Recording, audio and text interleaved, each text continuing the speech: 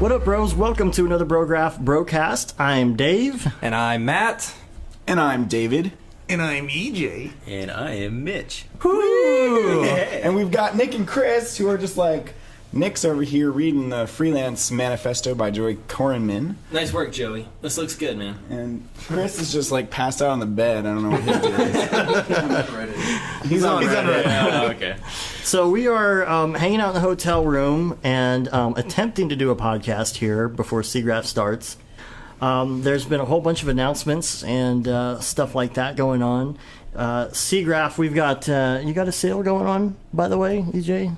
You got a Seagraph sale? You got a Bundaroo? Oh, yeah. The bro code. The bro code? Use checkout code bro code. All right. And we're going to be doing a little to get sale. some amount of money off. Some, I don't know, whatever. So, something like that. It's a rando amount. Rando sale. Rando sale. So we're real excited about that. We've also been really excited because the new Rick and Morty came out, and so we've been quoting it all night. Oh boy! Hey, actually, speaking of sales, Nick, do you want to get in here and tell about one of your sales got a sale going on? Your Seagraph sale? I'm so glad you asked me. Does this come out tomorrow? Go ahead, caller. Yes. Oh, perfect timing. We have My a sweaty ball Seagraph only sale. I'm going to get in sales mode here. That's fine. We are selling the complete suite for $150 off during Seagraph only. So just put in the code COMPLETE during checkout. You get every Grayscale Gorilla plugin, every HDRI pack, all of it for $150 off. Wow. Oh, Even the snap. new metal one. Whoa. Even the new metal. Oh, nice. Plug in. We pay attention to you, Nick. That new the new metal one just came out like a couple weeks ago, and it's been blowing up, man. It's been amazing renders people have been coming out. That's with. really cool. I appreciate that. And not just in Cinema 4D. I noticed that some people were using them in Blender as well. Like you guys were, which I thought was really cool. You know, it's not just for Cinema 4D guys. You know. Yeah, and if you guys use Element 3D, Blender, any of that stuff, they're all EXR files, so they work. They're made for our actual plugins, but. Yeah, if you ever want to experiment with our stuff in other 3D platforms, we'd always love to see it too. So if you guys use it anywhere else, let us know. So I appreciate it. Thanks for having me on, too. Yeah. I just crashed your room and grabbed a beer, and now I'm on the podcast. You're like, I've done my plug. I'm gonna go to bed now. So thanks, guys. Good night. And Nick just grabbed 5 more beers, and he's out the door. He also picked my wallet clean. Fat Nick. Oh, you. So we're pretty excited to talk about R19 and what's going on with that. There's a huge list of features, and I kind of whittled it down a little bit. Whittled it? Whittled it. Too much tequila. I willed it. So first of all, I don't know if everybody has been able to look at the entire feature list yet, but Nope. Totally. way to prep, guys. So I wanted to ask what y'all are most excited about for R19. I'll tell you the first thing when I did my test run and my presentation was that viewport. The viewport is phenomenally beautiful. Buttery? I think I said phenomenally. That's a new word. Phenomenally. Yeah, but no, it looks gorgeous. You get you can actually see your HDR image reflect on your geometry in the viewport. Yes. So you don't need that cool. proxy to I need to rotate a sphere Right, or whatever to stand and see where your HDR is at in your scene. And can't you also render that out in hardware mode? Yeah, in hardware Yes. mode, Yeah, that's almost as that. gorgeous as the full-blown render. That is killer to me. And you can see depth of field in the viewport too. Yeah, that's pretty cool. Yeah, that's really cool.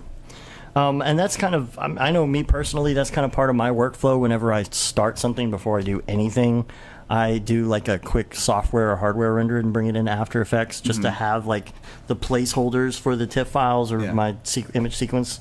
So that'll make an even nicer starting place for that. Right, So, yeah.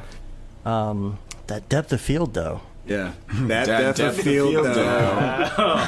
T-shirt opportunity. Oh, man. So There's a lot of stuff in the list, like super boring, nerdy stuff that we probably won't get into. Like about the exchange format and like all that kind of junk. And which version of Alembic R19 is using and all that.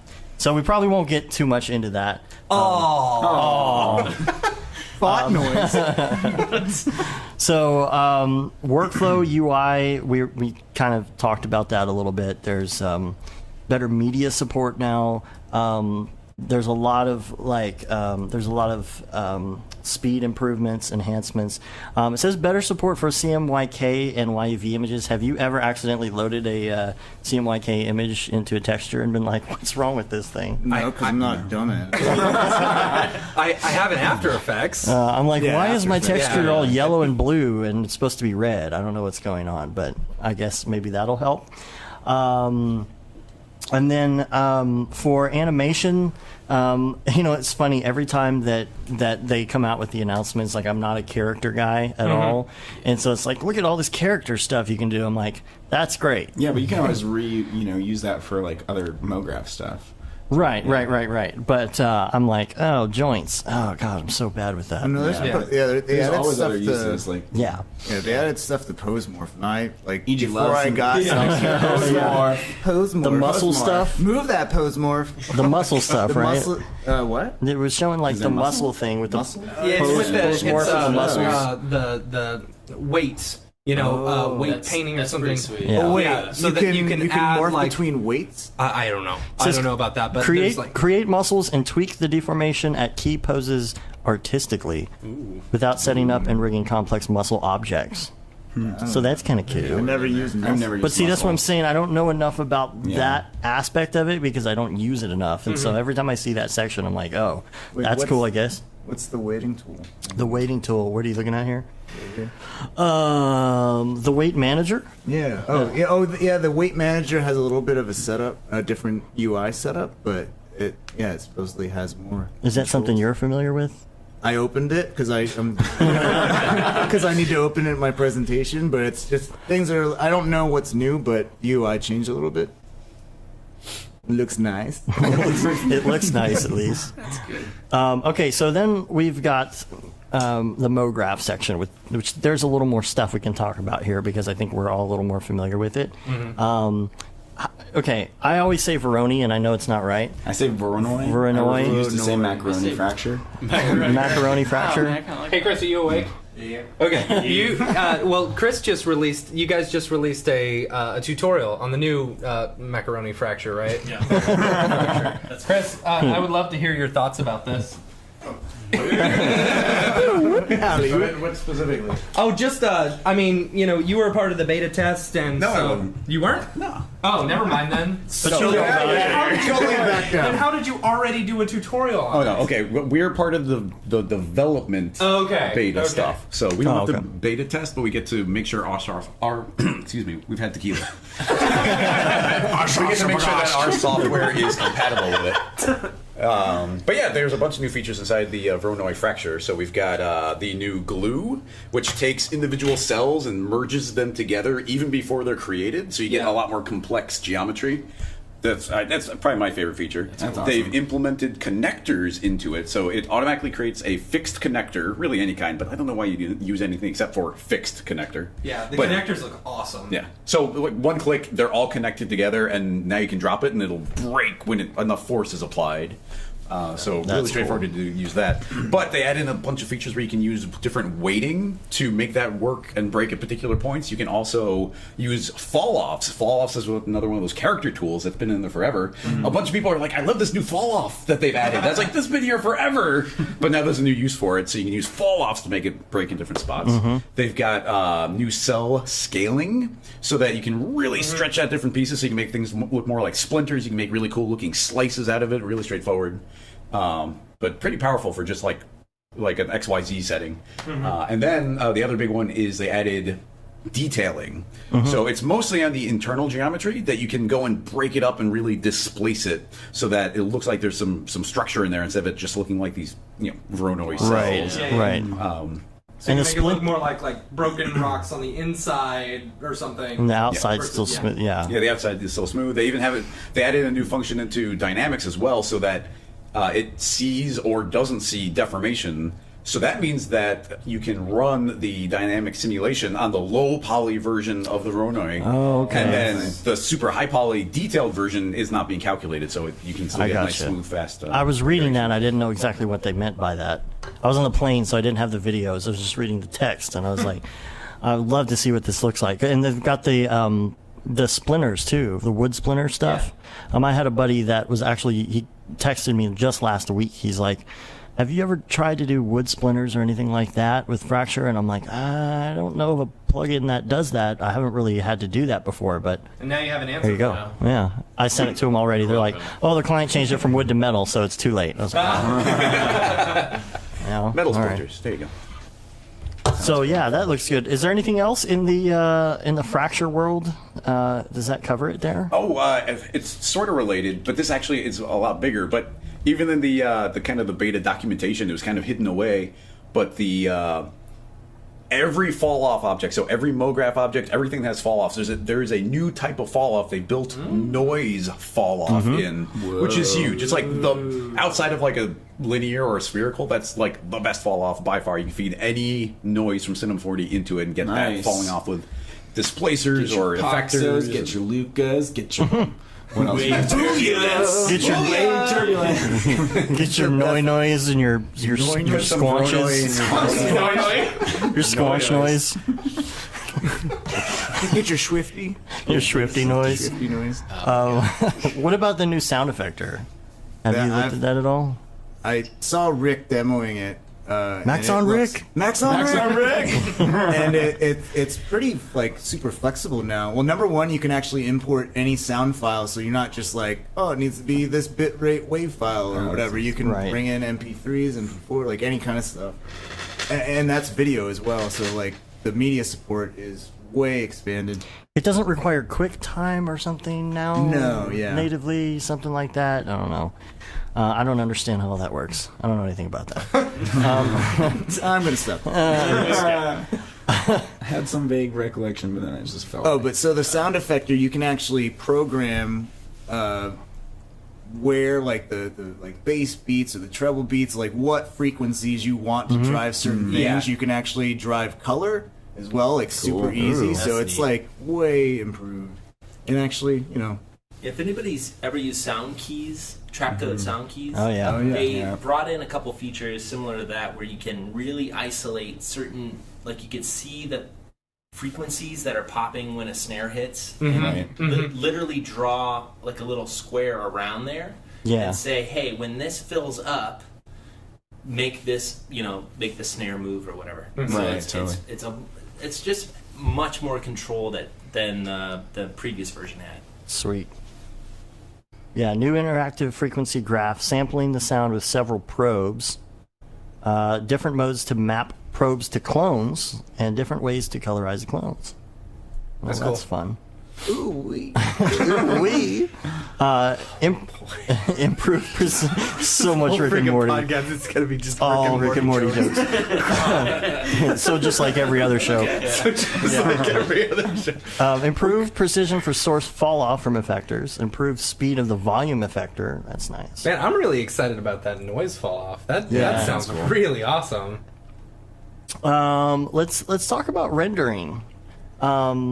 So it's interesting, and I'm going to put a link to this in the show notes because we won't read the whole thing. But somebody actually posted on the Cinema 4D subreddit this week. I guess they sent some sort of a letter a couple times to Apple or to what's his name, Tim Cook. Tim Cook, Tom Collins. And so he put a copy of the letter that he wrote. Actually, was talking about the fact that some people are a little disappointed in Mac and stuff like that because they're not supporting some of the things we want to do. Of course, we talk Yeah. about NVIDIA all the time and stuff like that. And actually, finally got a response from some sort of PR person, and it was interesting to see because Apple's talking about who they've been talking to about some of this stuff, including Maxon. So I'll post a link to that in the show notes. You can check that out. But ProRender, ProRender is the thing everybody's been talking about. There's been rumors, stuff like that. GPU-based render engine built into Cinema 4D now. Now, I don't know if anybody's had a chance to play with it yet. I'm very excited to. I will probably, anytime I'm at the booth, working the booth, I'm probably going to be on there trying that out. Right. Because, of course, the first thing we say is, so we're going to compare this to, Redshift, Octane. As we do. I think they spent a lot of time. I talked to Mauro. He said they spent a ton of time building the AMD architecture directly into Cinema 4D. So that was like a big first step, and then from there it'll get better and better. But it's GPU based, which is pretty freaking sweet. And it works with AMD. all AMD. cards, though, not just Trash can AMD. Mac Pro people like me. Like you. Yeah. Yeah. Trash cans like you. Which I gotta ask you, EJ. Sorry to jump off this R19 train, but have you gotten your external box all hooked up yet? I got my external box. That's what she said. Worst one she said. No, I've done much worse, trust me. It's that Red Bull. It's making crazy. EJ, you said that's what she said during the very official Maxon meeting. I heard you. I looked out of the corner of my eye. That's what she said. That was a totally appropriate. People laughed. So As long as you got people to laugh. It's okay. So I got my external GPU card. The Founders Edition card that I had my eye on is discontinued. Really? So, yeah. So you can't find it anywhere except for Amazon. They want $2,000 for it. That's ridiculous. So now I had to reach out to a buddy, Anthony Needham of mine, and he has this whole setup. And now I'm looking at different card. It's the gaming version, and it's got the 2 fans or 3 fans instead of 1. But then David, I was talking with you, and you're if you're not stacking them, you really don't need that. Then I found out just today, looking at the gaming card, because I was going to order, I was I'm just going to do this. By the time I get home, I'll have it and install it. They have a new gaming card that has the single fan that's coming out next week. Okay. So I gotta look into that and see what's up with that. And that I may have be confused better. you just so if you're stacking them, you don't want the cards with the multiple fans because they can grind on each other. But if you've just got one in there, then it's fine to get the overclock cards with the multiple fans. Okay. I may have totally reversed. Maybe. Yes. Yeah. So go for it. Because I would think that if you have multiple fans, you want more, or if you have multiple cards stacked, you'd want more fans to keep the flow going. No. All about keeping the flow going. No. So it's just about how the air is directed, and with the stackable ones, it's directed out the back. Versus the ones that have the multiple fans, they're directing the air downwards onto the next card, which is bad. And the fans can actually physically grind on each other. I've had it where I've built a system before and then turned it on and it goes and starts I did spurting that. rubber. It scared the crap out of me. How was that again? What was it? There you go. Well, I think we covered. Covered a lot of this in this, but this email from Soundboard with boing. People's, Sebastian actually sent in this email and says, "I'm a big fan of the show. Love your talks and ideas about MoGraph and all kinds of stuff related to that. I know you guys are working with Octane, so that's the render most talked about. But for me, and I guess a couple other users who can't use Octane, my company has bought Macs without CUDA support. I'm guessing they're trash cans. In the last Apple WWDC, they released High Sierra with GPU support. I also saw a YouTube video of Cinema R19 with built-in GPU render. That's Pro Render we were talking about.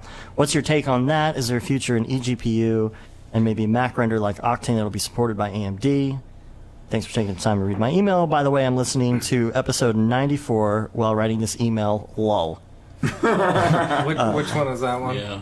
That was our last episode. People's. The People's People. People. Yeah, so we did talk about some of that, but the thing is that Otoy, of course, they just keep saying, we're working on this AMD thing, and we're like, okay. And we see the Batmobile. We see an iPhone video of the Batmobile being rendered on some sort of machine that's most likely a Mac that's got Windows running on it. But that's all we ever see, it seems like. And so we're like, maybe someday that'll happen. But in the meantime, you've got stuff like ProRender. You've got... you can go out and grab some Bison boxes too. Have you heard of those? I got there's Bison, there's Akitio. Akitio or what? Akitio. Oh, Akitio. Okay, cool. And then I got I'll have to look it up and post it in show notes or something. But I got a different brand that's officially supported by Apple. Oh, It's okay. supposedly Oh, that's not supposed to interesting. have any compatibility issues, which a lot of people have had. Like they need to like solder in a different type Right. of cord, or That was the thing with the Bison boxes. I'm pretty sure they were Yeah. originally Aikido weird. boxes or whatever. Well, yeah, every that they then yeah. rebranded for themselves. Yeah, every Akitio box is an actual Bison box, and they just like jerry rig it up so it's more compatible with Macs. And what about Thunderbolt? What So it's Thunderbolt 3, but Mac Pros, the trash can Macs, are Thunderbolt 2, so you need to buy Thunderbolt 3 to Thunderbolt 2 cord, which is like $30. Oh, that's where they're making all their money off those You got dongles. those dang Dongles. dongle. Dongle fever. Oh, Mitch, I forgot to mention Yeah, this let's while we were going over. introduce- Hold on, while we were going over. Dang. We haven't introduced Mitch as like nobody knows. Yeah, well, here's a chance. Yeah. Okay, Everybody so like knows. we went through all of our specials, and I forgot you're also running a special on your new VDB pack, right? Oh yeah, For SIGGRAPH only? It's like $20 right now for like 40 VDBs, but they're all created like okay. Yeah. They're awesome. They were creating Houdini, and everyone likes them so far. Buy them. Yeah, it's true. Sweet.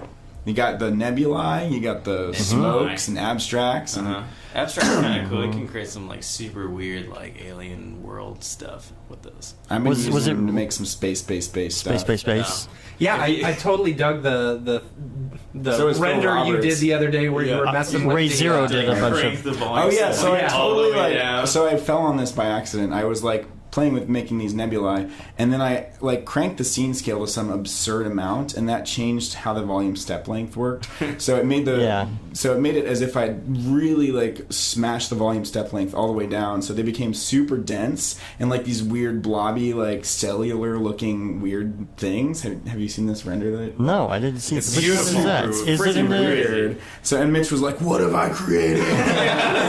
Oh my god. Oh my god, I've created a monster." Was it Ray Zero who did like the colorful nebulae? This Yeah. one? Okay. Yeah. Here it is. Oh, I totally missed this. How did I Freaking miss weirdness. this? It looks like Microscopic viral boogers. Yeah, microscopic boogers. It is. Yeah. No, that looks like totally medical animation. That's Yeah, crazy, I was dude. like supposed to be doing a job, and then I was like, "Whoa, wait! I got to get this out of my system. I gotta like make some weird render with this." Daily yeah. renderer. Yeah. Nice. Random render. That's a new thing. Yeah, the Okay, only so- thing. So my only annoyance with the VDBs has nothing to do with you. It's that when you God. overlap them God, no. in Octane, when you overlap them in Octane, it just gets these horrible like artifacts. So you can't Really? And I looked on the forum, and Amit's like no more than 4 over intersections. You can't even intersect 2 of them. It just gets all Make him jacked up. sound like Yeah, this when I, talking like- head guy now. Show me what No you're going more for. than 2. But it was just like such a blunt answer. He's like, no, you can't do it. You can't intersect them. Because what I would love to do, Thanks, dude. yeah, is take like these VDBs and put them in a cloner and like or in a random effector and just have them all over the place and have a field of them, you know, and have, or some kind of crazy tunnel. But right now you have to hand position them so that they're not intersecting. It's really frustrating. Yeah. Wah, wah, Wah, sorry. wah. No, it's not your fault. Like, they're freaking cool. You No spend more tons than of time 4. in Houdini making these sick-looking, like spirally smokes and things. And I'm using them, but yeah, it just And, it what makes was- me mad at Octane, not you. Let me ask you, since you're the only Houdini user here, A very novice. Right. Well, I mean, it's more than any of us probably. Yeah, you know, for sure. what was your process in learning Houdini and actually getting to the point where you could do this stuff? I don't know. I really didn't really have a process besides just like getting in there and just connecting nodes together. Okay. Was there any? Did you watch some primary yeah, tutorials or? Any? No, I kind of like went. So you in- jumped can't just into jump Houdini into and you Houdini without watching tutorials, bro. It is I know this. incredibly easy to create volumes in Okay, Houdini. okay. Like, it's Okay. like it's Okay. It's like creating. Like, I've heard that primitives Houdini's and, like, gotten a lot separating. easier. I banged my head against the wall hard with Houdini for several months at one point, and I was like, "Screw this! I'm not ever doing this again." All I've done was the cloud generator, which once you figure it out, started. yeah, and you can kind of yeah. see like the structure of the nodes and stuff. And you're Yeah. like, okay, so this does this and this does this, and then now you can like just clear that out and then start kind of like. But it's interesting retrace to the me steps. because you got some really different looking noises in there. Some of them are like the weird spirally, almost like curl noise or something. Yeah. Like what, So like The way I did a lot of the galaxies and stuff was going into cinema and then just like grabbing a sphere and just like warping the crap out of it, just dragging like the mesh around. Cool. So it had more to do with the process in cinema exactly. than Houdini. Yeah, and then I cool. just exported that OBJ, put that into Houdini, and then kind of like redid the whole like volume cloud kind of like steps that I was taking to build those things, and then just messed around with like the settings in there, like the scatter and all that stuff. That's awesome. Mitch also has a planet pack that I've been using. So he created the freaking Gargantua black hole from, Interstellar. So luckily the project that I'm working on needs that exact thing. I'm like, oh, got it. Thanks, Mitch. It was only $30. Yeah, how much you charging your client for that?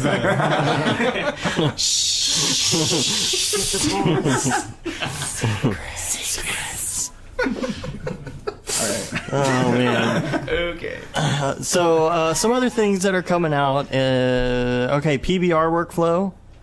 That's the Pabst Blue Ribbon workflow. Terrible, gives you heartburn. So I haven't had time to look at this yet. I kind of looked at this. What are the lights? I don't understand. I don't know completely. Okay. Chris, maybe you could jump in if you know any of this. I'm not sure. Okay. Well, you know a lot, guys. You've got Chris is a little bit is like mind F. So basically, you can create PBR shaders using it's a PBR material, and from what I have been able to see from just the videos that I've watched, is you're creating it all within the reflectance channel. Your diffuse and your reflectance and stuff like that, all within the reflectance channel, and then you've also got PBR lights that you use instead of regular lights, I guess. You got PBR, you got PBR light. Right. It's delicious. It makes total sense. Yeah. Is there even a PBR light? Less calories. Let's hope not. It'd PBR's be even already worse. It's bad enough as it is. It's already piss water. Anything you would like to expand on, Chris? The super basic thing. You got the basics completely spot on there, but the entire PBR workflow is it's not a PBR material. It's a regular material, just with a color channel turned off and reflectance with a couple different defaults in there. And the PBR light is just a light with a couple new checkboxes that are inside of it. So it's really a workflow that you could actually be doing in probably R17. It's kind of something that we've been pushing in Grayscale Gorilla, which is just using Topcoat, which is a plugin for using reflectance, but it's really just layering up a bunch of reflections and not worrying about like this fake color channel. And it actually super speeds you up too. If you're doing reflectance and the color channel, you turn off the color channel and now you don't need GI anymore. It's entirely like reflectance bounce. I remember seeing that at NAB. Y'all were showing that off. So they just completely implemented that workflow, and the basic Cinema 4D material is completely integrated into ProRender. So it's one-to-one translation.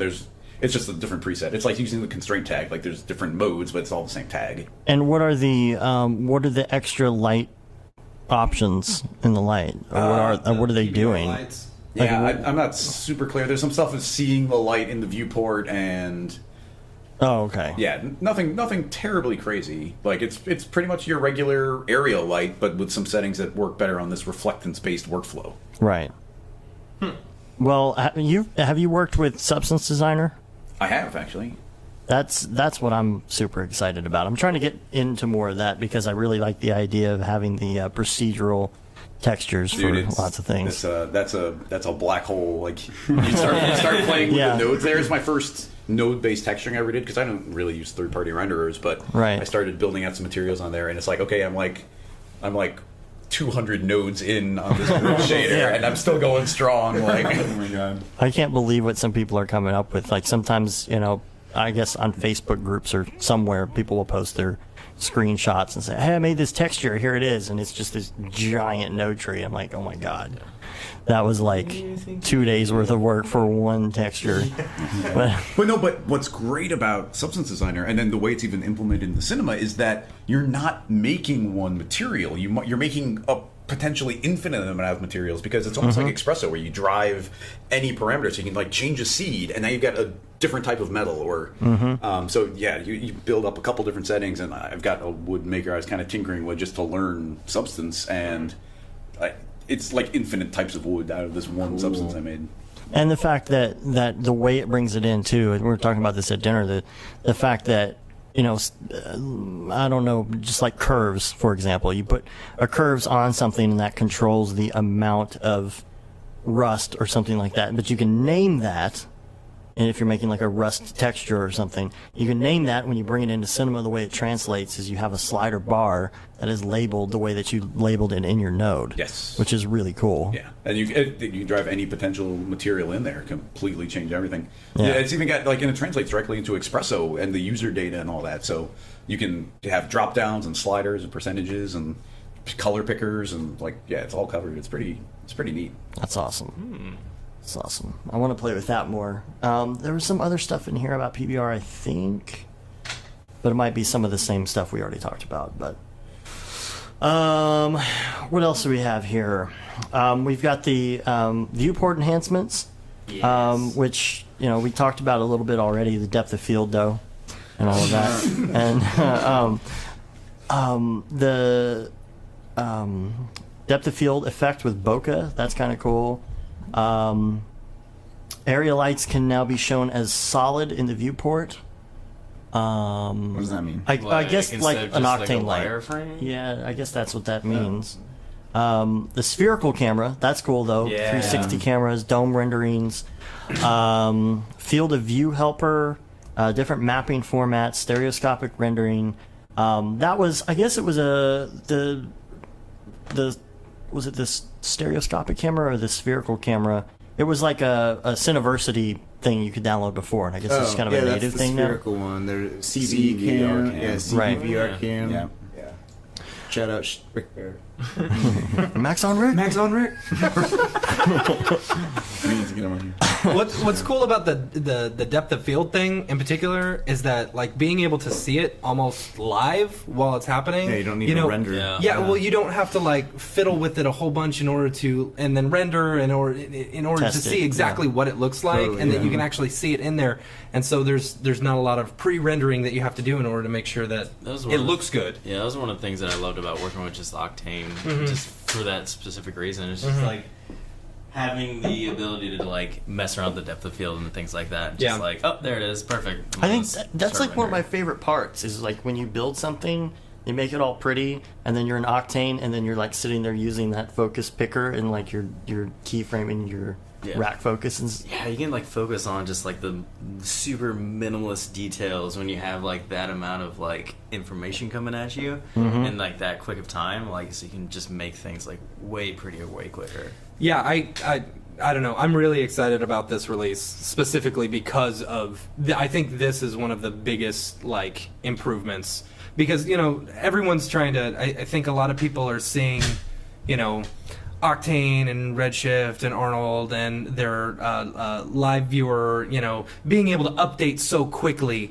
and being able to, I think, see this almost instantaneously, like all of this, that's a big plus. Not just for us as artists, but for Maxon as a competing against other 3D programs and stuff. Well, and that's something too that we've talked about over the years too is the fact that like your render window and your viewport are getting closer to each other slowly. They'll just be the same. Eventually. It's gonna be a good Remember when we used to render? Remember rendering? another T-shirt. Yeah. There's team render improvements. Yeah. I want that to be made Hashtag. so I can wear that really badly. Depth of field though. Definitely There's team render improvements, support for frame steps, changed reordering strategy, clients continue rendering even if the server's not reachable. That's good.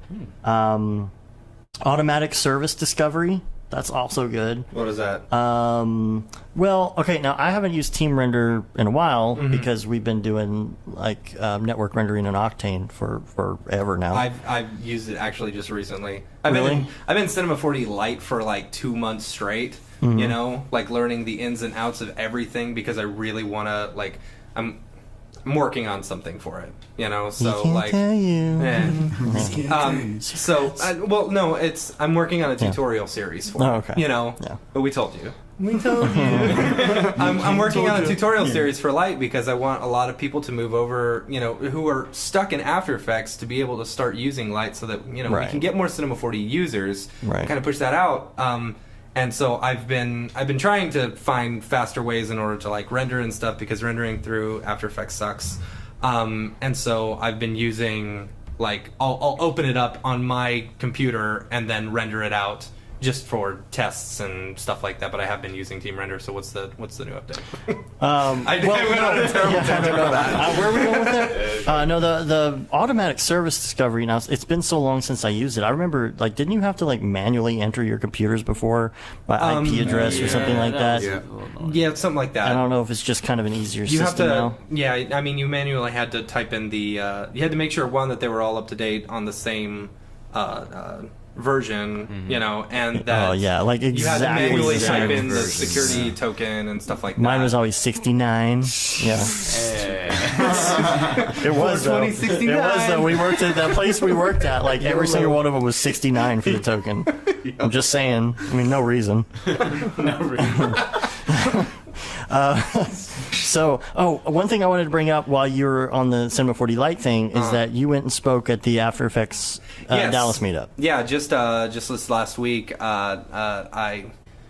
talk about this last week? No, because this was during the. We said you were going to, but this was like 2 days ago that you went and spoke at the deal. Weird. Yeah. Okay.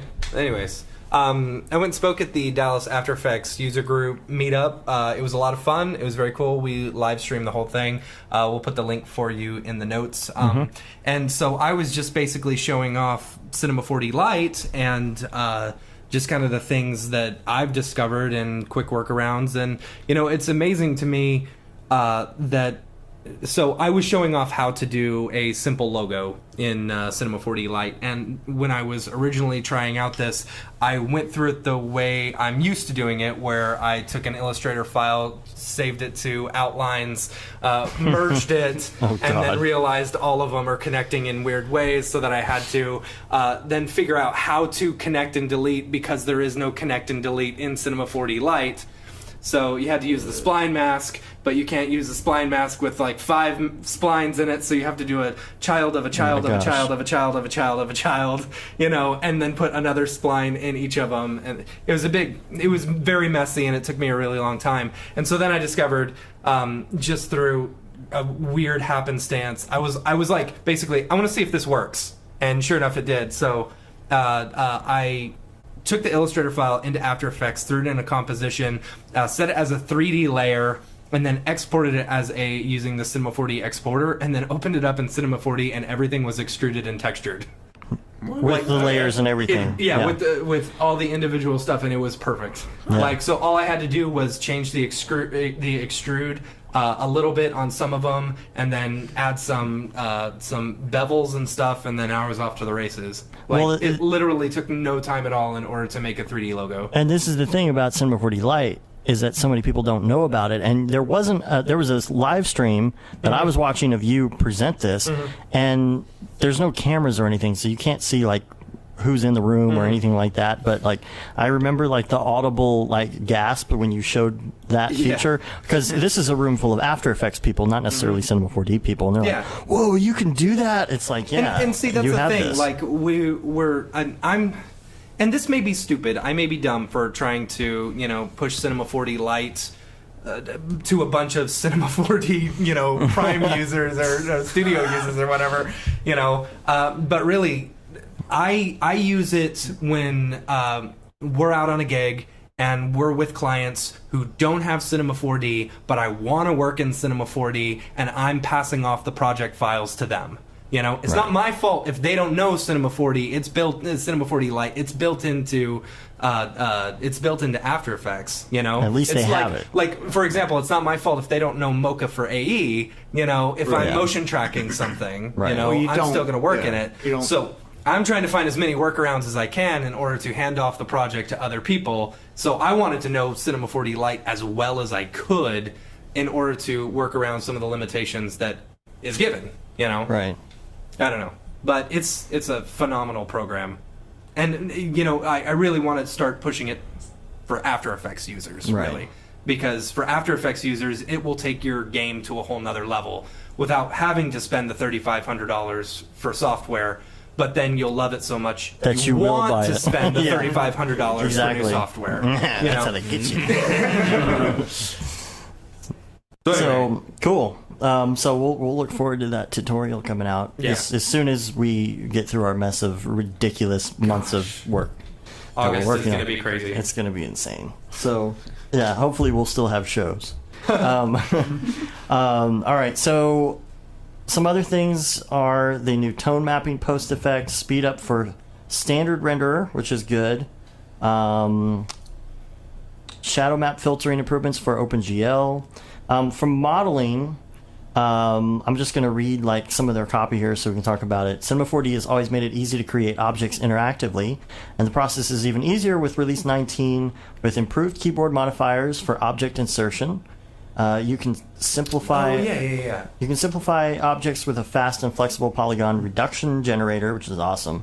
And there are more modeling advances under the hood. Some of the stuff that I talked about at NAB actually was, being efficient in your workflow and polygon count and stuff like that. So I'm really excited about that.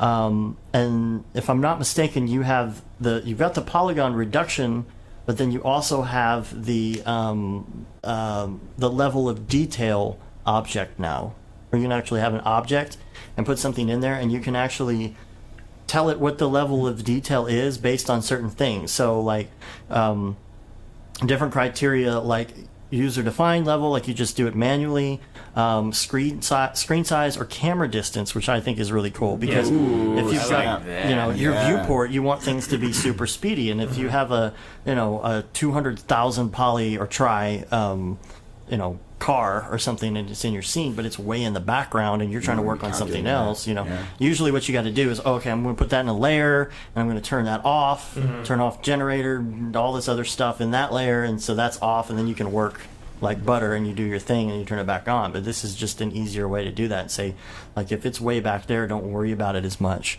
And also with the polygon reduction, I was looking at some of that too. And they had an example. They've got like this model of a head, and it's got 2.9 million tries, and you reduce it, and it gets it down to 100K tries. You don't even see a difference in what it looks like. And what's really cool about it is it keeps a lot of those settings, like polygon selection, stuff like that. Your materials and stuff don't get messed up with that reduction. So I'm excited to play with that. So. Anything else in the modeling section we want to talk about before we move on here? Polygon reduction is now a generator, by the way. Cool. Better UV handling, can handle multiple objects either as one object or each one separately. Motion tracking. Okay, this is something, again, I didn't get to see the video because I was on the plane and it wouldn't play. And it's this scene reconstruction thing. Has anybody seen it working yet? Okay, so if you've ever played with any sort of photo scan stuff like Agisoft photo scan tool, where it does a point cloud, builds geometry, to me that's what it sounds like they're talking about here. It says reconstruction of the recorded scene based on the motion tracking 3D solve data creates a point cloud or a mesh. Yeah, so it sounds I'm guessing photogrammetry. It's photogrammetry stuff. Yeah, I think PF Track kind of does that. But that's really cool that they're building that in. That's very cool. Because it can. New it's not NAB always, talk. It's not always like the best, but sometimes it's really helpful in reconstructing. I've done a couple things like that where I've used photogrammetry to at least bring something in, get it the right size. Even doing like 3D printing, I was able to do some models of some stuff and at least kind of get a point cloud and a mesh into the scene, and then I kind of reconstruct on top of it and rebuild over it. So. I'm guessing that's what that means, but I haven't seen an actual video or anything of it in action yet. So, motion tracker enhancements as well. It says motion tracker can now work with a circular tracking pattern, and I don't know exactly what that is. I don't know either. If it's talking about the movement of the camera, The camera rotates on the on the one that goes up and down. the third rotation. The banking? Yes, that's The banking. I don't fly Banking, planes. DJ. I forget. Yeah. It's late. You need a Red Bull. Or no, heading pitch banking. What is that? Heading Yeah. pitch banking. Yeah. So banking, if you got your camera, if you're moving that way, Maybe that's what it is. because that's the only rotation. or circular movement Yeah, I that don't a know what the camera hell would that do means. unless you move a camera. Yes, camera in a circle. It's the loop-de-loop. On the ups and It's the downsy loop- positions. It's like, it's when you get the loop-de-loop in the roller coaster in the 3D tracker. David, we need to get you to write their stuff. Yeah. You know, new in R19. The loop-de-loop Loop tracker. Yes, I get it now. This is when you do that thing and then you got the problems. I don't know what to say. That's why we stick to the Rick and Morty. Right, sorry. Not the Bill Cosby. Don't go off script. Don't go off script. We'll do it live. So you got the UV editing and body paint stuff, and again, not my wheelhouse. So I don't know if you have anything that you want to add to the UV editing, body paint stuff. Not a body paint guy. So, but it does say body paint is now. Well, you know what? Dave doesn't paint his body. Yeah, and also I'm not a body paint guy in cinema either. Right. Well, I know that if it's UV selections, the grow shrink selection, that would be very useful because the selection tools are pretty like archaic. Like it's not up to snuff as like polygon selections that you can do in just normal polygons and regular semaphore. Yeah, the body paint stuff. I think they brought over like they had that open beta of the new body paint, and I'm pretty sure that is now the standard. Mm-hmm. It's based on OpenGL now, and I know the only thing I know about that is OpenGL is better. Okay. It's better than not OpenGL. Right. It's better than closed CG. And then on the demo version of Cinema, it says rendering resolution limitation has been removed. It will have a watermark. So you can it'll have render a- at any size. It'll have a watermark. rendering will have render- a watermark renders. instead. At least you can make big logo. Yeah. A big watermark logo. Big watermark logo. I'm just gonna shout random words occasionally. That's my mode right now. All right, so let's move on to Ravcock. What's your flavor? What's your flavor? What is this? Yeah, I don't know what this is. This is Redshift Arnold V. Obviously, you don't listen to the show. Octane Cycles, and maybe Maxwell Thea. Oh gosh. Oh boy, the list goes on. Otherwise known as in other podcasts as Render Wars. Yes. Yeah. Render Wall. The Render Wars. So, gosh. We're stealing their podcast. Patent pending. You can use that. This So- just in. Yeah. This just in, Redshift is out of beta. Where's Chad? Yeah, I'm pretty sure that's correct. No. So I saw online they said so now if you purchase Redshift you can also download the C4D. I am pretty sure the open alpha or whatever is ending at the end of the month or something. There hasn't been a big It's reveal or technically alpha. announcements or anything like that. Yeah. It's just kind of like, oh, it's there, but I have a feeling they're going to announce something soon, you know? But yeah, so if you buy Redshift, it's the C4D one is included in it as well Nice. as all the other plugins. So And we need to do a link to that video series that Chad recommended to you this week Yes. for Redshift as well. yes, when I was doing Redshift all wrong. I just remembered where Chad actually is. He's off raging with the Redshift people. He like is right a now. super exclusive NVIDIA party. Oh. He's like all fancy-fied. La di da. La-di-da. Chad actually. Burns. I'm Mr. Burns. Oh. And Ahmed, we were talking about Ahmed, by the way. Have you seen the flooding going on in Turkey? He posted some crazy videos. Yeah, I saw that. It's Crazy. Are you friends with him on Facebook? Have you seen, newly he friends. posted this thing? It's like it looks like the end of time. Like Whoa. it's like a street with flooding going, like raging down it, and these giant hail balls like just pelting Yeah, everything. It's crazy. Day after tomorrow stuff. I know, and I'm Probably like, why I was so short with you. He's like, no, it doesn't work. Yeah. Doesn't work. My Yeah. land is under siege. yeah. I'm just like, I hope everything's okay there, or else we won't have any more Octane. Oh. Dude, I'm always selfish. I'm like, I hope nothing bad is going on in Turkey because I want my Octane. I want my Octane. But no, going to we hell. wish you the best, Amit. Yeah, Hope totally. everything is fine. And apparently he has some invisible team there that he doesn't ever talk about. That's the rumor. So thank you, Invisible invisible Team. team. How about you get that That makes cell sense. That renderer out Amit there. is Right. not just one person then. Yeah, Ooh. Ahmed is a collection. Oh, He's a great. collection. It's another He's a hive people's mind. people, It's- isn't it's it? another- Another explanation. yeah. He answers every forum post. That's what it is. 01. It's his marketing team. All right, so I wanted to talk about this. David, you and I talked about this briefly this week. Was doing the extra reflection layers in glass in Octane. Oh yeah. So Yeah. there was kind of like two ways of going about this, and I was doing something this week with the reflection, and I was actually using Raphael's similar to one of his methods he talked about, to where EJ just sits back. He's like, Like, you I'm know, not- you gotta learn this Octane When stuff. you're done with the Octane, I'll come back. You gotta learn this. You got the Octane When you now. want to talk about shiny cartoons and freaking I'll talk people with about eyeballs, Octane when they get the Sketchy damn team. self-shade render cartoon thingamadoodle in there.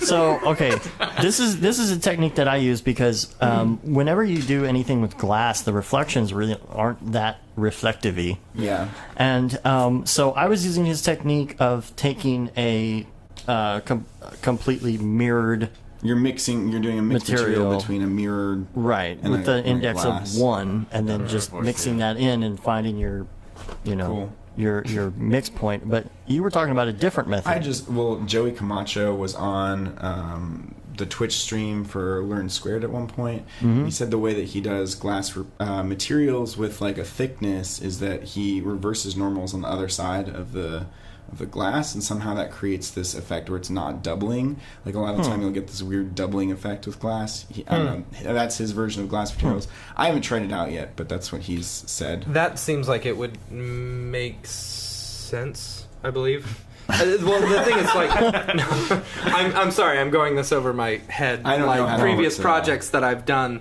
like I've always noticed with glass, especially when doing like, I don't know, interior renderings or something, and you're dealing with windows, like you can't just use a plane. It always has to have some thickness to Yeah, it, of course. which always just annoyed the piss out of me. It's just Right. like just make it glass like every other freaking render engine, you Right. know.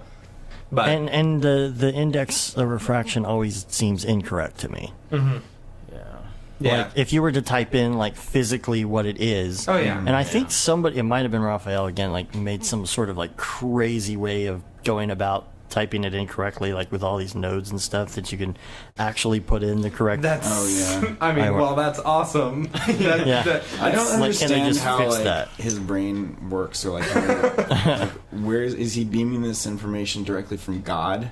It's possible. yeah, It's very possible. the render gods. Render gods.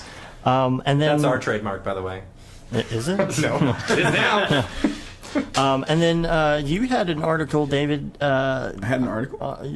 written up on your Space. Oh, Yeah, boy. CG my Society. Space got up on CG Society because Malia Maynard approached me at NAB and asked if I had any cool projects. And I was like, I got this space video. And so we Is went. that exactly how you said it? Yeah. I know. I just wonder. Yeah, no wonder. And so, I don't know. She did a phone interview with me, and then, she wrote it up and then passed it back to me, and I fixed a few things, and then, she saw if anybody wanted to pick up the story, and it got on CG Society, so that's pretty sweet. That's Nice. very cool. Congratulations, sir. Thanks. Thanks, you guys. Oh, and this just in 1 minute ago from Otoy. Octane on ORC. Yep. Well, that too.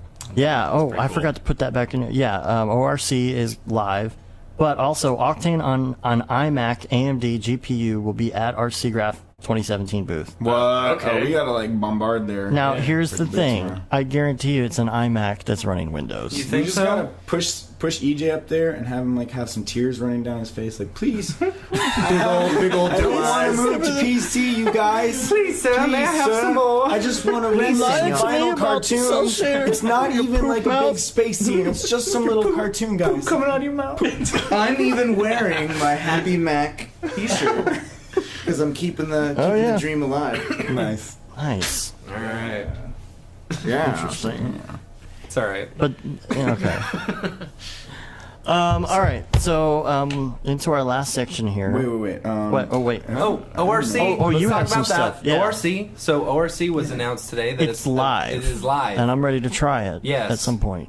So we need a big project that we can like push the boundaries of scalability, because that's do been it. their biggest downfall is scalability. Right. You know, it's like you cannot send it to a render farm or something like that. Technically, you technically, can. Yeah. you can send it to Ranch Computing, but they suck. You guys can get off the ranch computing hate train. Yeah. Dude, I am on the Pixel Plow train. I am all about Pixel Plow. Like they don't support Octane yet or whatever, but they did start supporting Cycles and Redshift and stuff like that. And like, man, they are smoking fast and way cheap. I don't think I've ever spent more than $1 on my renders.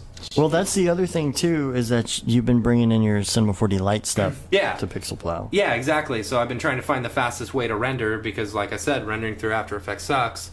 But so I've been sending my actual C4D files straight to Pixel Plow and then just keep working in After Effects, and sure enough, they'll be done in about 10 minutes, you know? Not bad. And then you've got some Ravcock stuff, right? Maybe. So did you guys see that crazy post in the forums that Jan Sladeko brought up about how work is kind of copied from one artist to another? Even like good artists like Joseph Bashara and I think it was Hoodass, like had very similar compositions, and so there was this whole very like elaborate discussion about whether it was okay to copy people, whether these daily whether we're all ripping each other off. They all look and, the like, same to me. I don't know. Yeah, I don't know. But yeah, did you guys see that post or no? No, I didn't see that post. There were like hundreds of comments on it. Really? Like, yeah, in like the everybody- Octane in the Octane group. Yeah. Did you check it out or no? I think I saw that, but I didn't like go through the whole rabbit hole of comments. Yeah. Well, I mean, there's a fine line, of course. We've talked about that, but in my head, like so much of this just looks the same to me. Like there's these Instagram, and it's not necessarily the people you're talking about specifically, but there's just a million Instagram accounts that all have, like I always say, garbage geometry thrown into scene with some shiny stuff on it, you know, and like none of them like stick out, like because they're all kind of the same thing or they're copying each other, you know. And then there's the question of why are you putting all this on Instagram? Like, is this going to get you projects? You know, there's all that kind of stuff going on. Well, But- Yeah, it's like there are some people that are annoyed that it's like if they just copy a tutorial and they're like searching for likes, or if it's, you know, these people that'll just do anything to, it's just like the popularity, or is it, just a tool to learn. I mean, I don't really care what people are doing on Instagram. I don't Right. like, but it's funny how bent out of shape certain people are getting about it. Like, people ripping off other people's art, and like one person will disseminate this whole trend and then everybody does it. But a lot of the time, like, these daily renders are just tools to learn within within the course of that day, and it doesn't matter if you're just trying to recreate or rebuild somebody's Right. project. Like, Because you're just learning how to do you're that. just learning how to do that task and totally. adding to your toolkit. Right. But others are like, no, take longer and actually make, don't do a freaking daily, take longer and make like something unique, and that's actually more valuable. And I think Hoodass might have actually said that exact thing, which is interesting. It was just funny to see all the back and forth and everybody like going crazy about that. I'm gonna have to find a link to that and put it in the notes. I don't know. I personally think it's all up to the individual. If you'd rather just, the daily render thing it's become very popular, and a lot of people will just throw a couple hours every day towards doing something, and that makes them feel better. But if you've got a longer form, some people just would rather do a longer form project, Like, every now and then I'll do a daily render, #almostdaily, But other times, well, also for me in particular, I'll get started on a big project, and then I'll have life get in the way, and then I won't ever finish it. Yeah. That's one reason I think some of the dailies are a little bit easier, Right. Plus, it just gives you practice. Well, I think the big thing is, you do you, but at the end of the day, it's up to you. Are you learning something from this? Is this have a actual purpose? Are you working towards something, or are you just making stuff and you're on a treadmill and you're not going anywhere? You're not progressing. You're not building on it. Are you building and creating with a purpose? And if you're doing that, then I don't care if you're copying someone, because guess what? Beatles copied everyone else, and then they did their own thing, you know? Same with Apple. Like, they took everything, and then they made a little mo better. Xerox. And you know, it's, are you learning with a purpose? Because the only, you know, you put it, what's the thing? It's like, The best put part a dime in your butt because you're playing yourself, you know, like because you're just the only person you're hurting is yourself in the long run if you're not actually building on learning stuff. And if you're just out there for likes and stuff, you're not making it very far. Yeah. So you know what? Once Instagram changes to the next greatest thing, like, you know, you're gonna fade away into space. Fade away. Suddenly, I'm in space. Moon man. Okay. He's like diamonds. He's like diamonds in the sky. Okay. So this podcast with a Rick and Morty reference, and then just Matt. Oh my god.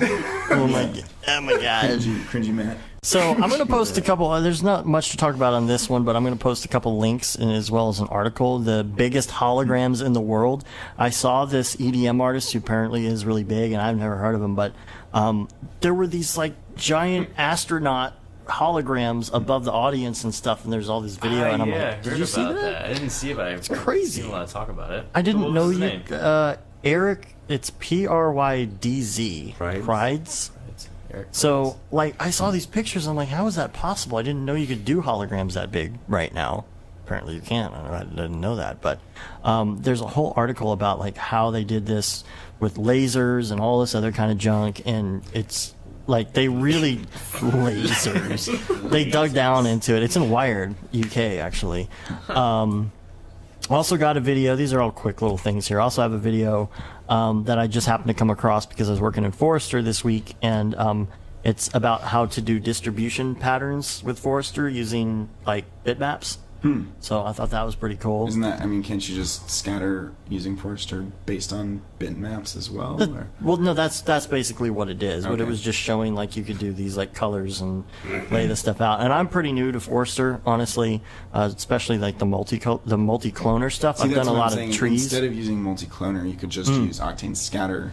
Use Octane Scatter with, you know, pipe a bitmap or any kind of image into it and use that to distribute your clones. Yeah, and you know, I was thinking about that too. I was like, can I use scatter with this? And I didn't really know, but I think there's some options within the multi-cloner that actually are not usable if you're using scatter instead. Yeah, scatter can be pretty limited. Actually, Mitch could probably talk about his bitch fest with scatter. I don't know, yeah, it was just like a weird thing. Like, okay, it's just color, like, mapping onto this stupid scatter crap. So, like, I needed basically, it was super simple, just something going from... Some gradient. Like, yeah, a gradient going from pink to, like, purple, from, like, bottom to top. And, like, for the life of me, I could not get it to look right while I was using Octane Scatter. And I needed to use Octane Scatter because I was using so many, like, cloners of these spheres, and it was not going to work with just a standalone cloner. And we ended up, like, just finding this, like, workaround that worked out pretty well. And, like, David helped me out, and, like, going on the Octane Facebook. Really I think I saw you posted that there, right? I think I was saw like you beating my head against the wall. I was like, what the hell? But that's a new feature that was added too recently, right? Yeah, like, I don't know, is it out yet, or is it still, like, waiting to be, like, pushed in? I have no idea. It's probably in the beta or something like that. Yeah. Anyway, figure that out. No. And Matt, I want to bring this up because we haven't talked about it recently, but Max to C4D, is it not working anymore? No, just my copy's not working. Oh, just your copy? Just my copy. Oh, well, that's lame. Never mind. Yeah, I tried to use yours the other day to convert something. I had some major Max for C4D like issues at one point, and like it was so broken that the dude that like runs the plugin had to team view into my machine and like just fix it. And it was maybe because I was on Windows 10 or like the latest version of Max or something, but he had to like go in and actually like totally like drop in his own special version of some file. He's just like, give me full control, and like just drops it and fixes it. I'm like, all right, it works great. I don't have to think about it. So it was just funny. It's a really good plugin for something like $20, right? Yeah. Of course, you have to have max and Cinema 4D. but Right. Still. So it's like a one-click transfer, but Yeah. Yeah, it still doesn't solve my problem after all that. But it's okay. I mean, the plugin works great, but it didn't make the model cleaner or anything. And on the VFX front, I don't know if you guys saw this article in The Verge, but about the Superman mustache. So they're having to do reshoots for the new Justice League movie. And the actor who plays Superman is currently filming another movie, and he's got a mustache in that movie, and he can't shave it. So they are now spending Contractually. $26 million to remove his mustache. That's amazing because it's in every shot. It's so brutal. It's hilarious. Superman's got a mustache. I've done some pimple removals in my I day know. and some like tattoo removals and all that stuff, but Wow. never a full mustache. I mean, it's right there. It's Yeah, not like, it's you know, like most of his face. Yeah. Like, Yeah. it's like if there was a little tattoo you were removing, maybe people wouldn't notice. Yeah. But I mean, that's Pimples are just little spots. You know, you can Yeah. get away with a lot It of definitely ain't no mustache. Mitch Myers I mean, mustache. Yeah. Trying to make, yeah, like That would be Mitch at least a Myers' $50 million mustache job is right like there. 3D, it's coming out. No, seriously, look. His mustache is like 3D, so you. That's true. It includes the background. Z You have space. to not only like remove, like replace stuff in his face, but the background too, because it comes on out of there. It's, Oh, it's I didn't super wanna messy. imagine Film up, that. yeah. It's all wispy. it's always all right, and we got a link here to the Nuke 11 launch. We're going to be learning about some of this stuff this week, and a great Houdini customer reel for 2017 that they released. And now it's time for Beeple's People. People's people, what People's people, what's up with that guy? Oh my gosh! Can we have a musician record that? I quit. Oh man! I said last week, All if right. we do this again, I'm quitting. The masses David, you have taking over. spoken. Even tonight, there were people telling us. We love that Beeple's People segment. Okay, so they want more Beeple's People, like Jay Caldwell. Great show. Wanting more Beeple's People. Or Matt Westney, who says, definitely make it a part of the show each week. Shit was hilarious. Callium, or who says, awesome last podcast, guys. Absolutely loved the long chat and the Beeple critique. Haha. See? So here we go.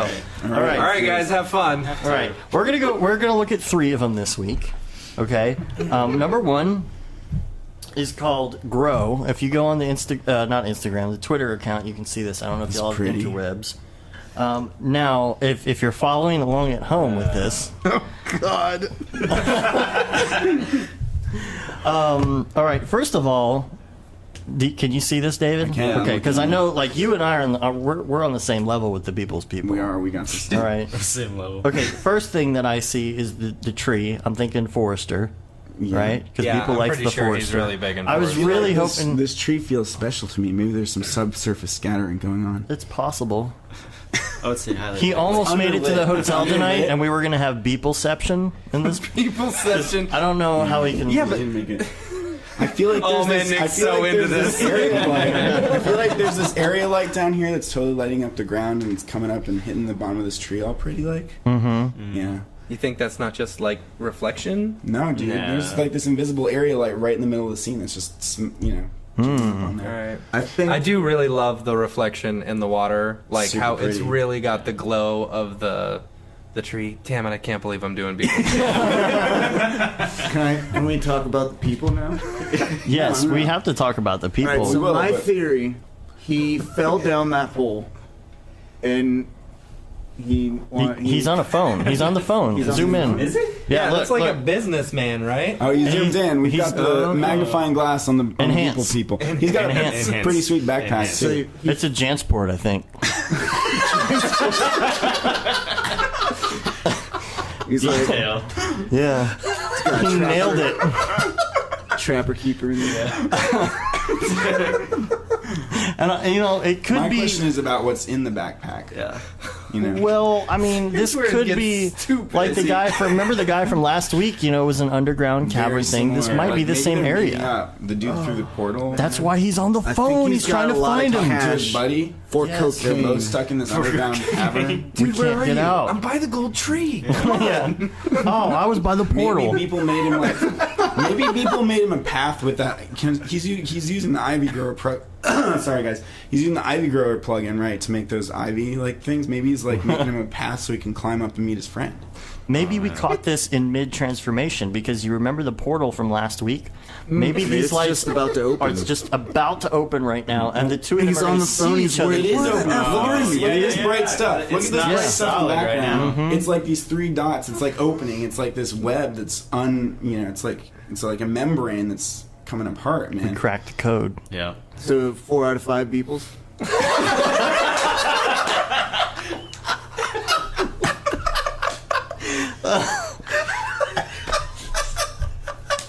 Okay, let's move on to the next one.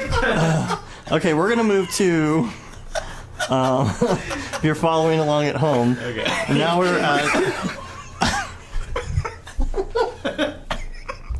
This one is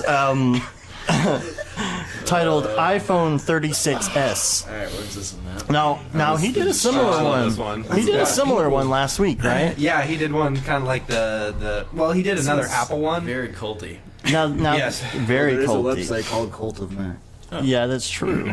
So these people are lined up to go to an Apple store in a dystopian, broken down universe. It's like It's okay. oh man, if you're not crying in this segment, you're doing it wrong. So okay, before we move on to the craziness, We have to talk about it first, right? how is he destroying these buildings? Like, I really love how True. he's like breaking these buildings apart. I bet you anything he's actually. This I is don't know. just like a mat. Actually, it painting. looks like No, like, he's got full 3D buildings up in here. I mean, Is he Turbo modeling Squid it? models with a lot of weird geometry, and he's just like deleting a bunch because there's some. Maybe. Yeah. Maybe it's just as Chunks simple there as that- tearing chunks out. Yeah. now you've got a lot of debris on the road. That could be just or breaking No, I stuff think up. that's a He's like crash cloning. He's like yeah. cloning crap onto the road. Yeah. Yeah, Maybe dropping it all with a physics. I bet you he's got simulation. a debris library. I bet. Now if you Question zoom is, did he in, model the debris, or did he break something up with macaroni fracture? Or did macaroni fracture or is do the you- easiest yeah. way. I Yeah. wonder if Beeple ever uses Turbo Squid. I don't feel like he does. I feel like everything's got to be pure and like. But this year he said he's starting to Right. in the name of the art, like not give as much of a shit about. Right. Well, it's not Whether about it's, like like, learning how to. purely He knows how to modeled. model stuff. It's I know he's Yeah. like figured out. He's like, all right, I'm good enough at modeling after a Right. decade of this shit. So right. Now, if you look, I don't know if you can see. Again, I'm zooming in, but you have this weird green thing. I don't know what that is, but it's almost like stoplight? Yeah. painted or something. no, but it's not in like. Like, it's is there a weird, filter going on there? I don't know. It's like not where the stoplight should be. What's up with that green blob, dude? Yeah. I don't It's a know. mystery. We'll ask him tomorrow. And yeah, and then he'd be like, I don't know. He's got some nice volumetrics going on here. I just learned Shift C yesterday. He did just learn Shift C yesterday. No, today. That was today. I watched Today. it happen. It was beautiful. Donovan taught him Shift C. It was beautiful. And so they're lining up to now. Why would you want an iPhone in a dystopian universe? Are we Well, moving on because, to the story No, now? that's like all How you can you want. do a selfie? It's dystopian Yeah. because you're trying to only get that one thing. You need happiness, and happiness is that. Everything else is Everything totally else can messed crumble up, around you. Who But you cares? need an iPhone 36s, and all Yeah. all these worshiper dudes do too. Now this is obviously overseas because look at the signs. They're not. Yeah. You know. Oh yeah, they're like European signs. European do not enter signs. Mm-hmm. We're So- safe in America. Yeah. Yeah, we are. We're good. We're good. You're getting everything's, into it. Everything's You fine. understand yeah. now. You understand. understand. The One people's of us. All right, now let's move over to the last one. This one is if you're following along at home. We This did is- oh yeah, we kind of did create a story, I guess. This is Float. FLOATTT. This is like Renaissance people. I love it. Now there's some obvious I fracture going love on. this. This one's one. actually pretty sweet. Yeah. He needs to get some new. He needs VDBs, your though. VDBs. Yeah, he Yeah. does. He was actually saying that today. He's using the free VDB pack from What's his name? I know his name. What is it? Who is it? Is that what this is? Did he say this is I think VDB? yeah. I've got it. Oh, on my well, it's not fun if we know how he did it. Yeah, he actually told you. You're supposed to guess. Travis Davids. Travis Davids released the free 10 VDBs. VDB? Oh, I see. Volumetric interface. Oh, I didn't know that's what that stands for. Got like Oh, cool. Little sneak peek into Italian my church shop or tomorrow. something. Yeah, it's Like Italian church in the clouds. it's pretty Italian Got some looking. cracks. Is this a social commentary on To me, this religion and hedonism and Right. I think we got this. The three figured out. T's. teas? Yeah. To me, this feels like kind of phoning it in, but also still really nice composition. Like he was on the plane on the way over. Plane. Yeah. He maybe had Octane. It looks like he had Octane. No, he's got Octane. It's always I was Octane. actually asking him today. I was like, "So, did you do Sketch and Tune today?" He said, "Nah, I bought a new computer." Nice. And Oh, it's yeah. a really big one. He's been looking around. He said he's going to lose 2 inches on his height. Because it's heavy. Because when he came to NAB, like we were waiting for him to show up, and he was like, "Sorry," he's like, "I'm waiting for this damn render to finish, standard render," because he didn't have Octane with him or something. So. Yeah, that's all I can tell from this. I don't know what the story is. It kind of looks like it broke loose from somewhere.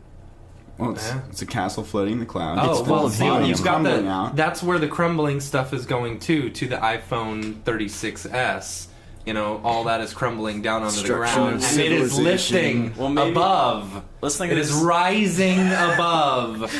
Well, maybe this is a mirror image, and like what you're seeing on top Oh, is I like, like that. and then like the bottom is like a reality. It's like that Like the upside top down is thing. everything's all right, but really, it's just, The like, foundation is Foundation is crumbling crumbling. off your face. It looks happy, but it's so sad. We need to. So we deep. need So to. deep. Maybe people's got something going on. Maybe we should chat. Yeah, I think maybe talk to Yeah, some we the need some history books, antidepressants. the history books, the art books in the future, like 100 years from now, are going to be talking about people's artwork, and they're going to be like, "Let's go back to that Brograph podcast where they had some sort of insight. They knew him, Right. which, by the way, if y'all got the Maxon newsletter that went out This is amazing. to talk about the schedule for Seagraph, it is the screenshot of EJ and Interviewing people. and Beeple's going. Yeah. So, funny story. I overheard them talking about that today. That was originally a placeholder when they were making it, and then they started talking. They're like, "Well, you know what? We kind of like it."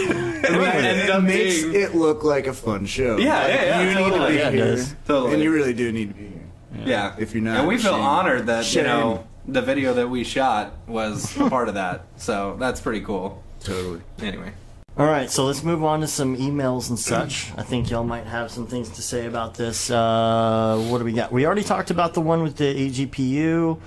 And, okay, Evan Beck says, "Hey guys, been listening to your podcast for just over a month now. They're awesome, by the way. Thank you." No, thank you. And thank you. They are great to listen to when I'm at work or doing my own stuff at home. They always are pretty relevant to things I'm thinking about. Question I had for you guys is about my GPU. So I just made the switch to PC from Mac, and I'm learning Octane. And when I'm rendering, my GPU gets up to 80 to 84 degrees sometimes. Happens to me all the time. Yeah, it's Yeah. That's normal. Move on. I was just wondering if that's normal. non-issue. Hot as the sun. Warm yourself in the winter, sir. My GPU is only 100 degrees. I have dual 1080 Ti founders.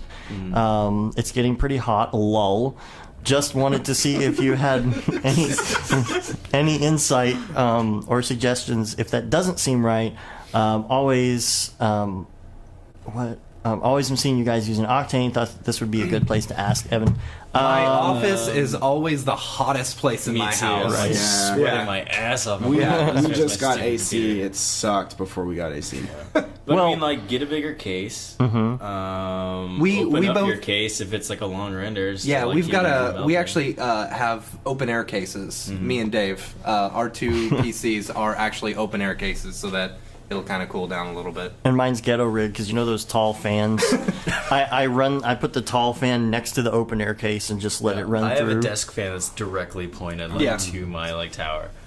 All right, Grayscale guys are leaving. Bye. We'll see you Bye. tomorrow. once you get through the people fan you. fiction. People fan fiction. Live streaming People fan fiction. Take care. Thanks for coming. Oh man. See you guys. So here's what I responded on that. I said yes, that's normal. The thing is that if you are the type of person that like is constantly cranking out renders all the time, if you have these things running at 83 degrees, I don't like. I always set mine to 83, and on MeSeeks we set them to 83.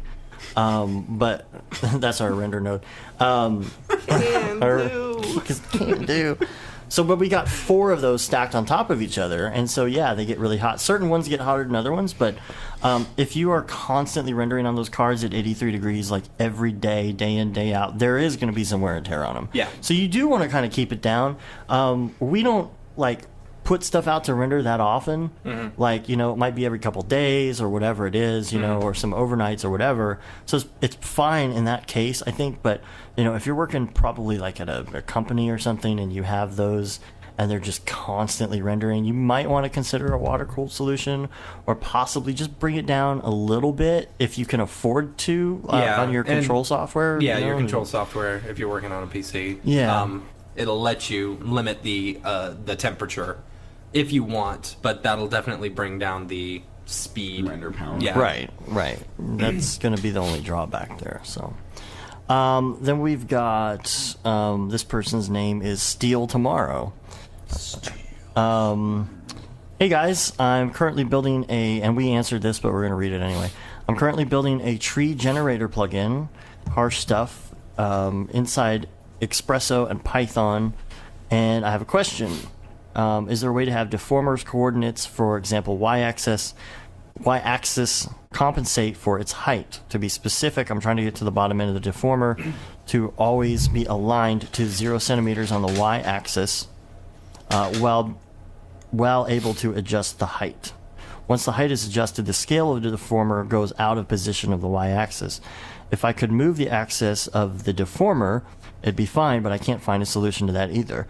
I have the rig set up the way that I want as far as functionality goes, but I'm a bit confused on what nodes I need for compensating height versus position, or if there's maybe a simple workaround that I'm not thinking of. And Matt, you actually like solved this in like 2 seconds. Yeah, there's a math node. Boom. Everything is a math node. Right. Everything, every problem you ever want to know the answer is always a math node. Right. So, but basically, yeah, all I did was, and I even did a quick little screen cap and sent it to him and said, this is what you want to do. You know, so basically, you take your deformer, you add a math node to it, and then you take the Y scale, you know, so the height of it, and then you divide that by 2 in your math node, and then that output goes to your position Y, and that's it. So basically, you know, it's hard to explain in audio, isn't it? Well, you're taking your total height. You're taking your total height, which if it's 200 centimeters, you're dividing it by 2, because then the middle point would be 100 centimeters. You know. So you're using your math node to divide it by 2, and then you're pushing, so 100 centimeters is your answer, and so your Y position would be 100 centimeters. God, I hate math. Yeah, me too. Man, dude, try with the luminous light plugin we made, having to do. I struggled on it for 2 days because I had to use trigonometry. So, but it worked great. Then we got Dan. Dan Marino says, "What up, bros? Really enjoyed your last few episodes, especially the one with Caitlin. You guys should really have more new guests on the show, which we are. You're welcome. I think it really adds variety and new perspectives to the conversation. With Caitlin, I thought all the talk about community openness and giving back to the community, even as simple as answering questions on Slack and Reddit." I've found Slack to be an enormous resource, and I've only been using it since Chad Ashley told me about it at NAB. I agree that it can be cumbersome to sift through so much chitter chatter, but I always, I find I just but I find I just browse Slack discussions instead of Reddit when I need a break from the work. I can still find a lot of great tips, scripts, inspiration, and it doesn't feel like I'm wasting time, unlike Reddit's front page addiction. Oh, yeah. Speaking of getting back to the community, that is one topic idea for you.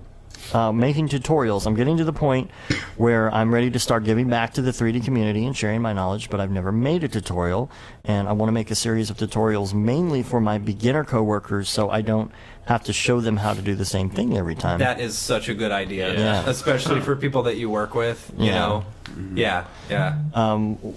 While I'm at it, I might as well make them good enough to share with the online community. What tips do you have for a first-time tutorial maker? What screen capture software mics do you recommend? Well, I guess these mics, the blue, what are they? No, these are Blue Yetis. Blue Yeti. They're only like $100. They're super cheap. You could get a $50 version that sounds pretty Little good as orb well. thing. The little orb, Yeah. But I like these ones because they look like old school, like Yeah. 1950s microphones. Screen capture, what do y'all use? I use on my PC. I use Camtasia. Yeah. On my Mac, I use ScreenFlow. ScreenFlow. Yeah. What do you use for screen caps?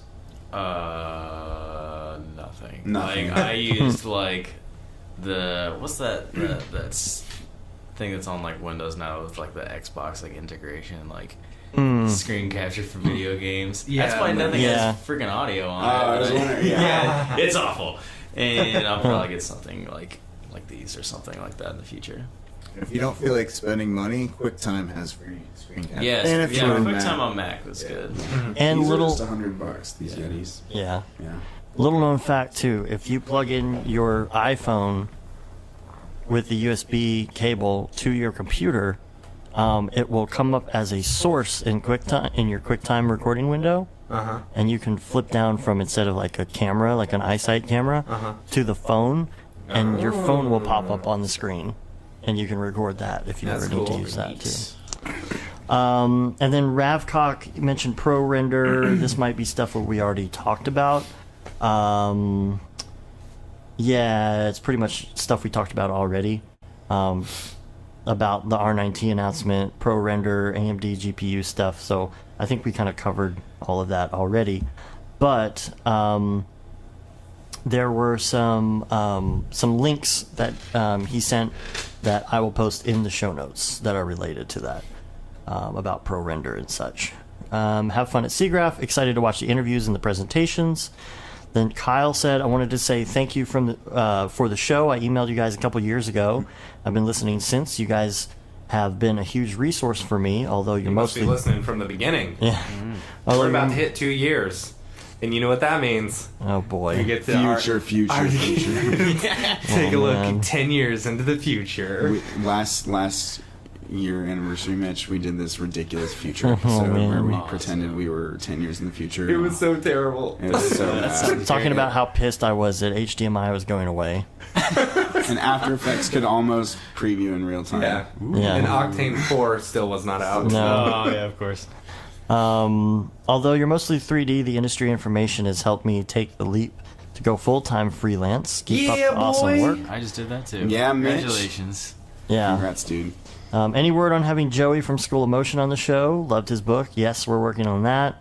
Also, awesome interviews you guys had at NAB. Looking forward to the ones from SIGGRAPH. Best, Kyle.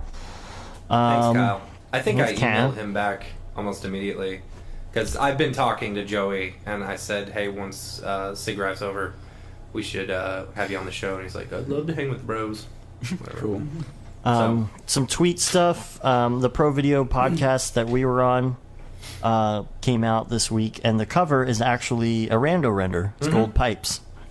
So check that out. And David Ubergang said, thanks for green, yellow, red analogy for prioritization. We were talking about green time, yellow time, red time. Also found this video by the Future Sphere helpful. It's about feeling overwhelmed. That'll be in the show notes.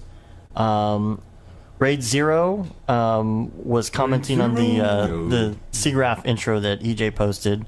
said that EJ, intro you is did a great sick in job the on face. that. On the SIGGRAPH intro? Everybody's giving you credit for Oh it. yeah, thanks guys. Took me a long time. So, and then I think this was after I wrote the notes, but Sage said something about it too. He said it's, as the young kids call it, it's fire. Fire Or something like or that. lit. It's lit. Lit. Oh. Jake Barterman actually retweeted the McDonald's Szechuan sauce? Szechuan sauce Oh, to yeah. us. Yeah, boy. Oh, yeah. They said it's 75% of all the Szechuan sauce left in saw the that. planet. Are you serious? Yeah. It was They like gave it- 3 jugs.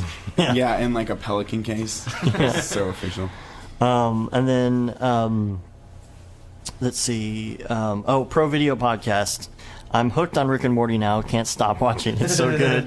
Mr. Meeseek's episode was hilarious, and I understand that a lot better now. Yeah, so you'll understand most of this episode. Right. I don't really understand most of this episode. And David Ubergangs was wondering what resources are you aware of for meetups for Maxon as far as Cinema 4D. Like resources, I think, for people who want to do meetups is what I'm getting from that. I don't know. Like, what are a lot of... There aren't really many resources that I know of to find meetups. I would say connect with the community you're in. Talk to studios. Talk to see if there's anyone they know. Like, because for me, moving to Denver, those were the first people I reached out to like host a meetup. Most studios, especially if there's no community there, they're very willing to open their doors and kind of show what they're working on, because not only is it beneficial for the community, it's beneficial for that studio to like get tabs on what talent's in the area, like what freelancers can we hire and stuff like that. It's just really good community building that way. I don't even use a website, and I've talked to many people that are like, yeah, don't even use a website because we live in the world of Facebook and meetup.com. So like if you just post your meetup and then do like Eventbrite or like tickets, if you want to do that, like that's something that like psychologically you have like a physical ticket and people sign up and you can keep tabs better on like how many people you can expect. So as far as like infrastructure, all you really need is Facebook, promote on Twitter, have it on meetup.com, because then people in your area can actually look up meetups in your area as well. It's all regional, and then Eventbrite for tickets and all that good stuff.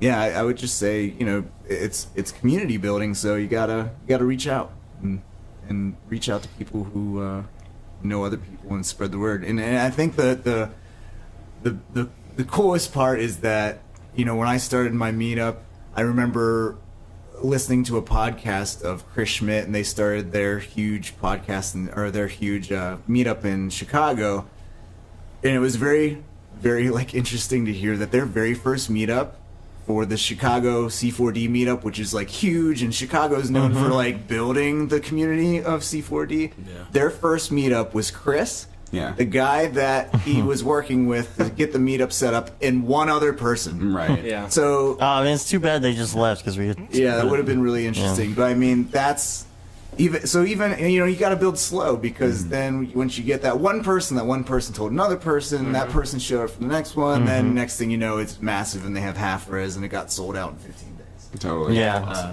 But yeah, And I think Maxon, once you get your own group going, if you do that, Maxon is really helpful. oh Yeah. With providing resources for you. So if you reach out to them, they'll help out a lot. And even like, they're willing to like, sponsor stuff and like merch, Very, t-shirts yeah. and all that kind of stuff too. So, all right, well, we're going to get out of here because EJ, I know you're tired. And Yeah, we're all faded. Who's presenting at 9:30 tomorrow? Is it you? that would be Sorry. EJ. Yeah, but are you only presenting once? yes, Nice. So Nice. you're like done. You're done right one away. and done. Yep. Nice. Nice. And then we can go drink and celebrate after we do all our interviews, of course. Yes. Yeah, we got to interview it up. So- we need a rest. Keep watching both of our YouTube channels, and when we'll have everything slowly kind of rolling out on there, all the interviews, as well as the podcast next week. This is actually really good because Matt and I are like super slammed. The podcast next week will be all the interviews strung together like we did at NAB. So if you don't want to watch the videos, Yeah, sometimes it's fun to watch the videos though. If you to get to see people do some crazy stuff, it's different, you know. But I know sometimes it is hard to watch that much video content. So you know, if you're a podcast type of person, we'll have that on there. So you can rate us on iTunes, leave a review. You can subscribe to us if you haven't done that already. We've got a newsletter out there you can subscribe to, too. You can say you've been there, done that, got the T-shirt with the No Brograph, No Mograph tee, Kate and D. Simone limited edition T-shirt, and the Paul Babb, Feel the Bab 2020 shirt. All the profits from that go to Doctors Without Borders. I have all 3 of those shirts with me. I'll be wearing one each day. I couldn't find my Paul Babb shirt. Oh. No, I'm going to have to order a new one. And that's it. We're on Facebook, Twitter, Hold on, Instagram. we got one new review, I think. Oh, really? I think we did, yeah. You sure? July 21st? No. No. Yeah. I think we read that we read that last week. Oh. Dang. All right. I rate it 5 out of 5 people. Oh man, that's a new thing too. People. No. Okay. Anybody that So everything is just people? No, and then People. you're just people. Where'd you get that Who the hell's people? that guy? How'd you rate that people? Oh, that's right, guys. There you go. And somebody then it's- please. What's up with that How would you rate What's that up with people? that guy? How would you rate that people? All right, we need a musician to make this for us. Come on. There's someone out We are there. There's throwing it someone out to the there. masses. Please make us. We need a Beeples People theme song. I think this is a terrible idea. I think this is a terrible But it idea. really needs to hold the. And it has like a record scratch. Yeah. Yes. And a little like that staticky record Yeah, noise yeah, in it. yeah. and- Dead Mouse, I'm looking at you. The ambiance. Yeah, right. Dead mouse to compose it. Just a lot of beeps and boops. You think we get him to get Skrillex on that? You can chop and screw it, you know? Maybe. Probably Probably not. All right. Well, the delirium is now set in. You know what? It's only midnight. Just make it stop. Well, it's to something. No, where we're I know from. it's to something where we live, but this is normal. We still have to pack up and go to the Airbnb, and I still have to edit this tonight and post it. Hopefully, there's Yeah, good but internet. that means I still get are to you go gonna to sleep post this? early. You jerk face. So we're gonna get out of here until next week. I'm Dave. I'm Matt. I'm David. I'm EJ. I'm Mitch. Have a good one. Later, bros.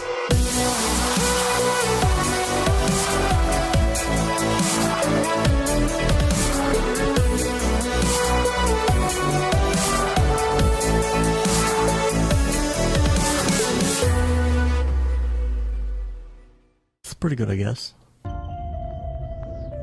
Brograph.com, an online resource for learning critical components of Cinema 4D and After Effects, specifically catered to help you prevail as a motion graphic designer. What's up, bros? Welcome to another Brograph motion graphics tutorial. We give you professional time-saving tips, shortcuts, and lessons that help give you an edge over your fellow designers.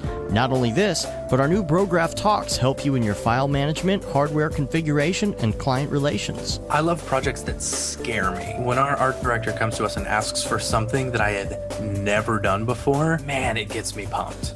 Join us for live sessions, check out our crazy Cinema 4D experiments, or just watch our Fun with Brograph series, where we show you practical applications for techniques learned in previous tutorials. Do this from the beginning, and your client is going to respect that, and they're going to respect you, and they're going to respect your time. Subscribe today and get automatic updates on the latest tutorials, tricks, tips, and inspiration brought to you by industry professionals Dave Koss and Matt Milstead, all with a slight dash of dry humor peppered in. Real nice banana. Brograph.com, your source for tutorials that will help you thrive in the motion graphics industry. Don't just play around with Cinema 4D and After Effects, master it, and make money by becoming indispensable at your workplace. We don't care how you get here, folks. Just get here. Subscribe now to Brograph Tutorials.